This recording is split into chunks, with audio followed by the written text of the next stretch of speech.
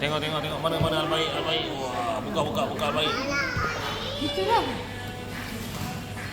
Pak Su, wah, Pak Su bawa Al-Baik.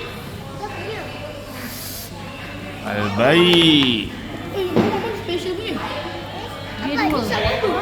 Chicken tender. Tu shawarma ke? Macam shawarma lah. Apa tu orang tu lah, orang tak ada pukul. Chicken tender. Itu ada dia punya dia pakai. Tengok.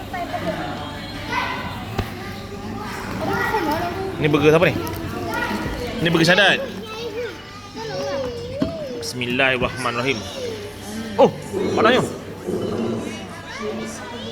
Ayam ni tak ada tulang.